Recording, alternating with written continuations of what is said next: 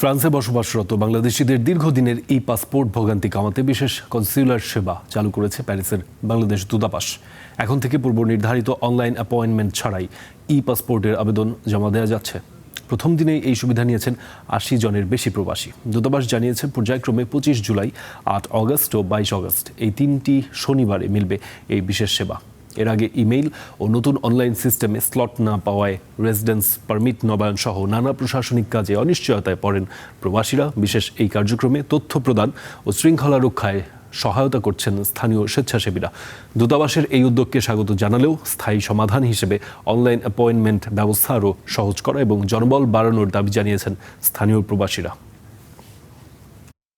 একটা বিলক্ষিত হচ্ছে, তো সেক্ষেত্রে আপনাদের কাছে কি আপনার কি রকম সাধারণ মানুষ যেন কোনো হয়রানির শিকার না হয়, সাধারণ মানুষ যেন তার যে প্রাপ্য নাগরিক অধিকারটা সেটা যেন পায় এমবেসির কাছ থেকে। আমরা চাই দূতাবাস অ্যাপয়েন্টমেন্টের সংখ্যা বৃদ্ধি করুক, জরুরি আবেদনকারীরা যেন আলাদা ব্যবস্থা রাখুক এবং পুরো প্রক্রিয়াটি আরও স্বচ্ছ ও সহজ করুক।